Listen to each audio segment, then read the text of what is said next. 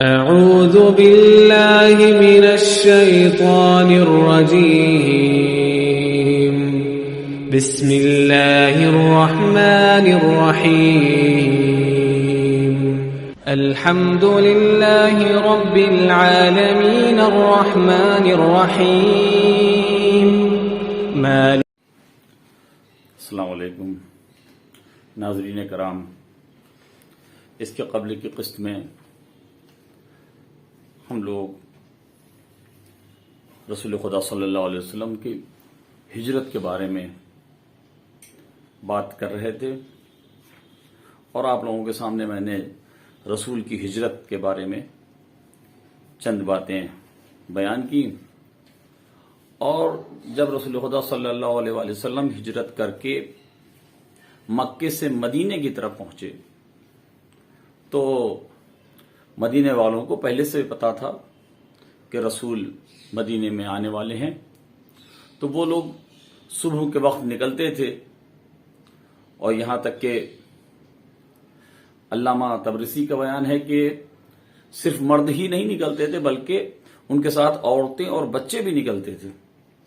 اور بیرون مدینہ جاتے تھے اور رسول کا انتظار کیا کرتے تھے.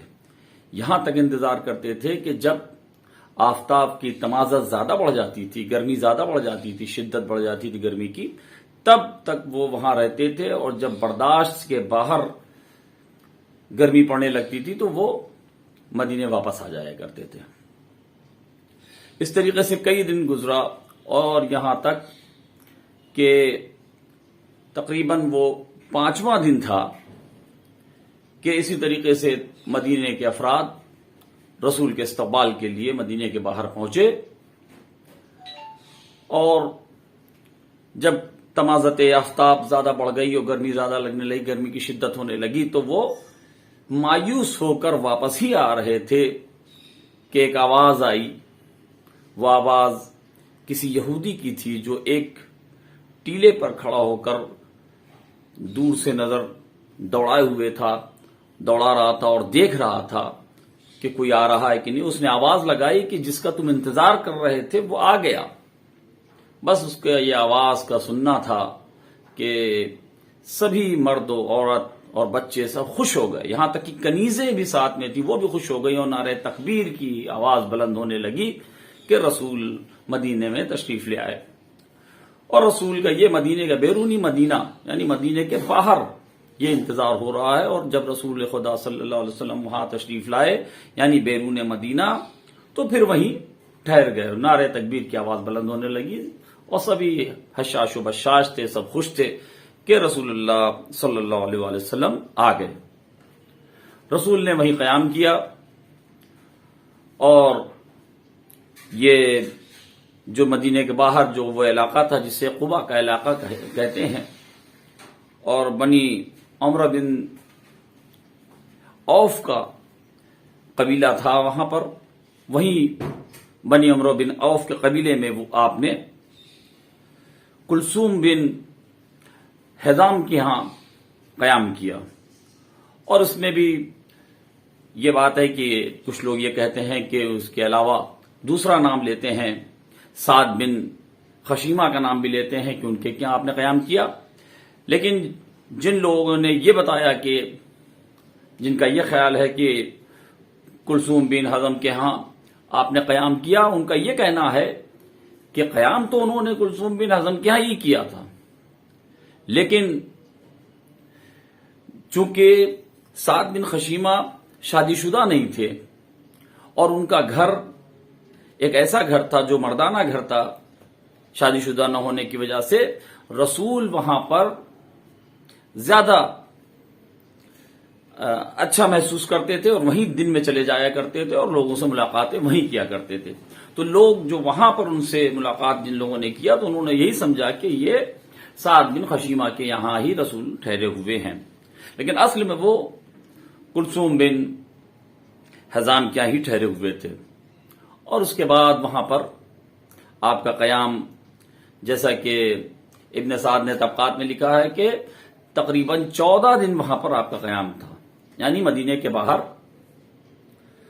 بن سعد عمرو بن عوف کے قبیلے میں. جو مقام قبا کا مقام کہلاتا تھا، اور وہیں پر مسجد قبا کی بھی تعمیر ہوئی. یہ آگے آپ کے سامنے ابھی پیش کرتے ہیں. تو پتہ چلا کہ وہ الگ الگ تاریخ داں کے اعتبار سے، ابن سعد نے طبقات میں لکھا کہ 14 دن آپ وہاں رہے، اور اس کے بعد طبری یہ لکھتے ہیں کہ نہیں، آپ کا قیام وہاں 5 دن سے زیادہ نہیں تھا. اور طبری نے یہاں تک لکھا کہ تاریخ طبری میں جلدوم میں کہ آپ جب وہاں ٹھہر گئے، لیکن آپ کے جو رفیق سفر تھے ابو بکر آپ کے ساتھ رفیق سفر تھے، لیکن وہ وہاں نہیں ٹھہرے، بلکہ شام ہوتے ہی وہ وہاں سے مدینے میں داخل ہو گئے. رسول خدا کو وہیں چھوڑ کر آپ مدینے میں داخل ہو گئے، اور وہاں پر جن کے یہاں آپ نے قیام کیا وہ حبیب بن اصاف کا نام لیا جاتا ہے، اور ایک نام اور لیا جاتا ہے، وہ خارجہ بن زید کا نام. یہ دو میں سے کسی ایک کے یہاں پر وہ ٹھہر گئے، لیکن رسول مدینے میں داخل نہیں ہوئے، اور آپ جو ہیں وہی بنی محلہ قبا میں کلثوم بن حزام کے ہاں آپ ٹھہرے رہے، اور یہیں پر آپ انتظار کرتے رہے اپنے بھائی کا، یعنی مولا علی کا انتظار کرتے رہے کہ جب تک علی نہیں آ جاتے میں یہاں سے نہیں جاؤں گا. اور وہ انتظار اس طریقے سے جاری تھا. اور کیوں نہ انتظار جاری رہے، کیونکہ علی آپ کے لیے صرف ایک چچا زاد بھائی نہیں تھے، بلکہ بچپنے سے آپ نے علی کو اپنی گود میں پالا تھا. اور جو بلند مرتبت لوگ ہوتے ہیں، جن کا مرتبہ بلند ہوتا ہے، جو بلند خصوصیات والے حضرات ہوتے ہیں، ان کے لیے اپنے کو خطرے میں ڈال دینا آسان ہوتا ہے، لیکن جسے پال کر بڑا کیا ہو اس کو خطرات، اس کے اوپر خطرہ آئے، یہ ان کے لیے قابل برداشت نہیں ہوتا. اور رسول نے اسلام کی خاطر علی کو خطرات میں چھوڑ کر مکے وہ ہجرت کر کے آئے ہوئے تھے. جبکہ جب آپ غار ثور سے نکل رہے تو اس وقت آپ کو اس بات کی اطلاع مل چکی تھی کہ علی صحیح و سلامت ہیں، ان کی سلامتی کی خبر آپ کو مل چکی تھی. لیکن اس کے باوجود جتنے دن بھی علی مکے میں تھے اتنے دن خطرہ تو ان کے اوپر منڈرا ہی رہا تھا، کیونکہ کفار کو اپنی شکست کا احساس ہو گیا تھا. اور وہ شکست بھی کس وجہ سے ملی تھی کہ علی کے رسول خدا کے بستر پر سو جانے کی وجہ سے ان کو شکست حاصل ہوئی تھی. اس لیے ڈر کا ہونا لازمی تھا. اب اس وجہ سے جب وہ ڈر علی کے اوپر جو وہ تھی خطرات تھے وہ پوری طریقے سے منڈرا رہے تھے، تو رسول کو فکر اس بات تو کی بہت تھی کہ علی آ جائیں. اور جب تک علی نہیں آتے تب تک رسول نے طے کر لیا تھا کہ ہم مدینے کے اندر قدم نہیں رکھیں گے. اچھا، اب جیسا کہ محدث دہلوی نے لکھا ہے کہ رسول خدا کے وہاں پہنچنے کے 3 دن بعد مولا علی آ گئے، لیکن بات سمجھ میں اس لیے نہیں آتی کہ یہ بات تو ضرور ہے کہ آپ 3 دن تک مکے میں ٹھہرے رہے جب رسول نے ہجرت کیا، اور آپ بستر رسول پر سوئے اور اس خطرات کے اندر سوئے کہ جبکہ ننگی تلواریں آپ کے اوپر تنی ہوئی تھیں اور صبح کے وقت لوگوں نے حملہ کیا. اور یہیں پر جب علی بستر رسول پر سوئے ہیں تو قرآن نے بھی اس کی عکاسی اس طریقے سے کی کہ وَمِنَ النَّاسِ مَن يَشْرِي نَفْسَهُ ابْتِغَاءَ مَرْضَاتِ اللَّهِ وَاللَّهُ رَءُوفٌ بِالْعِبَادِ، کہ ہمارے بندوں میں ایک بندہ ایسا بھی ہے جو اپنے نفس کو بیچ دیتا ہے اور خدا کی مرضی خرید لیتا ہے. مرضی خدا کی خرید لی، نفس اپنا بیچ دیا. لیکن اس کے باوجود رسول یہاں پریشان ہے کہ جب تک علی نہیں آ گئی، کیونکہ علی کو وہاں سے ان کے حرم کو بھی ساتھ میں لے کے، ان عورتوں کو بھی ساتھ میں لے کے آنا تھا، ان مستوراتوں کو بھی ساتھ میں لے کر آنا تھا جو رسول کے گھر کی، یعنی ان کی اکلوتی بیٹی جناب فاطمہ الزہرا وہ وہاں موجود تھی مکے میں، تو ایک طرف تو علی کو ان امانتوں کو جو کفار کی امانتیں ان کے پاس رسول کے پاس رکھی تھی اسے حوالے کرنا تھا، اور اس کے بعد ان عورتوں کو لے کر اپنے ساتھ آنا تھا جن میں جناب رسول خدا کی اکلوتی بیٹی جناب فاطمہ الزہرا اور آپ کی چچی فاطمہ بنت اسد اور آپ کی چچازاد بہن فاطمہ بنت زبیر، ان کو لے کر آنا تھا۔ اور یہ 3 دن تک وہاں ٹھہرے، جہاں تاریخ یہ بتاتی کہ 3 دن تک آپ ٹھہرے، لیکن یہ ضروری نہیں کہ 3 دن تک علی مکے میں تھے تو آپ 3 دن بعد پہنچ گئے، اس لیے کہ رسول کو اکیلے آنا تھا، ان کی رفتار الگ تھی، اور علی کو اپنے ساتھ بیویوں کو لے کر آنا تھا، ان کی رفتار الگ تھی، اس لیے علی 3 دن نہیں، کم سے کم 3 دن سے تو زیادہ ہی لگا ہی ہوگا ہر حال میں، کیونکہ ان کے ساتھ عورتیں بھی ساتھ میں تھیں، ان کی رفتار وہ نہیں ہو سکتی جو صرف ایک مرد جا رہا ہو اور جس کے ساتھ عورتیں بھی ہوں، دونوں کی رفتار برابر نہیں ہو سکتی۔ لیکن کل ملا کر 5 دن کے اندر، جیسا کہ تبری بتاتی ہے کہ آپ دوشنبہ، سہشنبہ، چہارشنبہ اور پنجشنبہ تک وہاں پر ٹھہرے، اور اس کے بعد روز جمعہ آپ مدینے میں داخل ہو گئے۔ اس طریقے سے آپ کا وہاں ٹھہرنا ہوا۔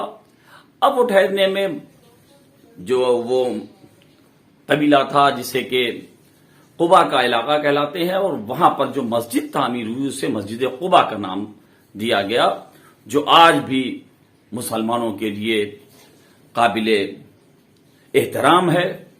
اور یہ اسلام کی پہلی مسجد بھی کہلاتی ہے۔ اور اس میں بھی یہ بات ہے کہ کچھ لوگوں نے یہ بتایا کہ یہ مسجد پہلے سے تھی، اور کچھ لوگوں کا یہ کہنا ہے کہ نہیں، اس کی سنگ بنیاد رسول خدا صلی اللہ علیہ وآلہ وسلم نے اپنے ہاتھوں سے رکھی۔ لیکن کل ملا کر یہ بات تو طے ہے کہ یہ مسجد رسول کے بیرون مدینہ ٹھہرنے کی یاد میں بنائی گئی، اور یہ تعمیر ہوئی، کیونکہ تبری نے یہ لکھا ہے کہ یہ رسول نے اس کی بنیاد خود اپنے ہاتھوں سے رکھی۔ لیکن آگے چل کے تبری یہ کہتے ہیں کہ مسجد نبوی جب بنی تو اسی کے ساتھ یہ مسجد قبا بھی بنی، تو ہو سکتا ہے وہ اس وجہ سے کہہ رہے ہوں کہ بنیاد اسی وقت پڑ گئی ہو، اور اس کے بعد باقی تعمیرات کے کام اس وقت ہوئے ہوں جب ادھر مسجد نبوی بن رہی تھی، ادھر مسجد قبا کی بھی تعمیر ہو رہی ہوگی، یہ بھی ممکن ہے۔ لیکن مسجد قبا وہاں پر تعمیر کی گئی۔ اور جبکہ علامہ تبرسی یہ کہتے ہیں کہ جب رسول خدا مکے میں آئے اور بنی عمرو بن عوف کے قبیلے میں رکنے سے پہلے جب وہاں پہنچے تو آپ سیدھے مسجد قبا کی طرف گئے اور وہیں پر آپ اترے، اور بنی عمرو بن عوف کے لوگ وہاں پہنچ جاتے ہیں، اور اس کے بعد آپ لوگ وہاں ان سے ملاقات کرتے ہیں، اور کلثوم بن حزام کے یہاں پھر وہاں سے آپ جا کر ٹھہرنے کے لیے چلے جاتے ہیں۔ تو اس طریقے سے اس میں الگ الگ مورخین کے الگ الگ نظریے ہیں۔ اس کے بعد یہ ہوا کہ آپ وہاں ٹھہرے 5 دن تک۔ ٹھہرنے کے بعد، اور علامہ تبرسی یہ بھی لکھتے ہیں کہ جب جناب ابو بکر آپ کو وہاں چھوڑ کر مدینے میں داخل ہو گئے اور وہاں رہنے لگے، تو مدینہ کے لوگوں کے اصرار کی وجہ سے آپ پھر ایک بار وہاں آتے ہیں اور رسول سے یہ کہتے ہیں کہ رسول اللہ آپ چلیے، مدینے کے لوگ آپ کا انتظار کر رہے ہیں، وہ بڑی بے صبری سے آپ کا انتظار کر رہے ہیں، آپ یہاں مت ٹھہریں، چلیے مدینے میں داخل ہو جائیں۔ تو رسول نے کہا کہ میں یہاں سے تب تک نہیں جاؤں گا جب تک میرا بھائی یہاں نہیں آ جائے گا۔ اس پر ابو بکر بہت زیادہ مایوس ہوئے، اور مایوس ہونے کے بعد کہتے ہیں کہ مجھے تو ایسی امید نہیں ہے کہ علی آئیں گے۔ رسول نے کہا ایسا کیوں کہتے ہو؟ انشاءاللہ علی بہت جلد ہمارے پاس آنے والے ہیں، اور جب علی آ جائیں گے اس کے بعد میں مدینے میں داخل ہوں گا۔ اور اس کے بعد زیادہ تر مورخین کے اعتبار سے آپ کا وہاں قیام تقریباً 5 دن رہا. آپ دوشنبے کو یعنی 12 ربیع الاول دوشنبہ 622 ہجری کو آپ وہاں پہنچتے ہیں اور دوشنبے کے بعد سہشنبہ، چہارشنبہ، پنجشنبہ تک وہاں رکتے ہیں اور جمعے کو آپ وہاں سے روانہ ہو جاتے ہیں. اب وہاں سے جب روانہ ہو رہے ہیں جمعے کے لیے تو آپ نے ناقے کو بلایا،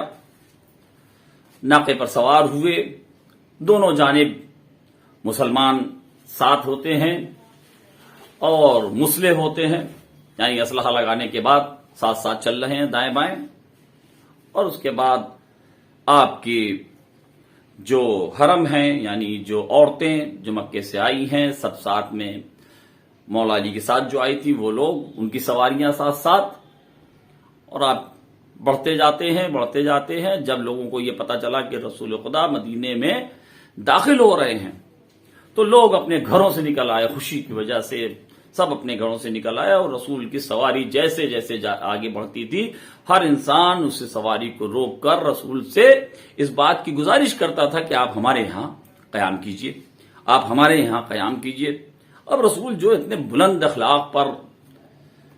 اخلاق کا مالک ہے وہ کیسے لوگوں کی دل شکنی کر سکتا تھا، دل شکنی نہیں ہو سکتی تھی ان سے.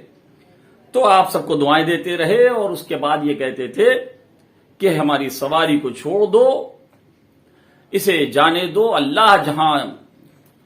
مجھے لے جانا چاہتا ہے یہ سواری جہاں جا کر رکے گی میں وہاں اس کا مہمان ہو جاؤں گا. اور یہ کہتے ہوئے آپ سب سے ودا ہوتے رہے اور اس کے بعد ہر انسان یہ چاہتا تھا کہ رسول ہمارے مہمان بن جائیں. اور یہ کرتے ہوئے آپ پہنچتے ہیں، اس مقام پر پہنچتے ہیں کہ جہاں پر جب وقت زوال آتا ہے، چونکہ جمعہ کا دن بھی تھا، اور جیسے ہی وقت زوال آتا ہے آپ کی سواری ایک مقام پر جا کے ٹھہر جاتی ہے اور آپ وہیں پر اتر جاتے ہیں. وہ آپ کا وہاں اترنا، کچھ مورخین بتاتے ہیں کہ وہاں پر پہلے سے ہی لوگ تیار تھے اور ایک مسجد کی بنیاد وہاں پہلے ڈالی جا چکی تھی جہاں پر آپ کا ناقہ رکا. اور جب آپ کا ناقہ وہاں رکا تو وہاں پر آپ نے نماز پڑھائی اور وہ نماز جمعہ تھی، کیونکہ جمعے کا وقت تھا اور زوال کا وقت ہوتا ہے. ظہر کے وقت آپ نے وہاں پر نماز جمعہ پڑھائی. یہ پہلی نماز جمعہ جو مدینے میں پڑھائی گئی اور اس کے بعد یہ رواج آگے بڑھتا رہا. اور اس مقام پر جو مسجد بنی اس مسجد کے لیے بھی یہی ہے کہ یا تو اس یاد میں بنی اور یا وہ لوگ پہلے سے تیار تھے اور آپ نے ان لوگوں نے ایک مسجد کی پہلے سے داغ بیل ڈال دی تھی، بنیاد ڈال دی تھی، وہیں پر یہ جمعے کی نماز ہوئی. اس طریقے سے رسول مکے سے اب مدینے کی طرف آ گئے. اب جو بھی باتیں ہوں گی وہ مدینے کی بات ہوں گی. اسلام مدینے میں پھیل رہا ہے، رسول مدینے میں تشریف لا چکے ہیں. اب جو باتیں ہیں وہ مدینے کی ہی باتیں آپ کے سامنے پیش کی جائیں گی. اب آئندہ قسط میں اس کے آگے کی بات آپ کے سامنے پیش کریں گے. وآخر الدعوانا ان الحمد للہ رب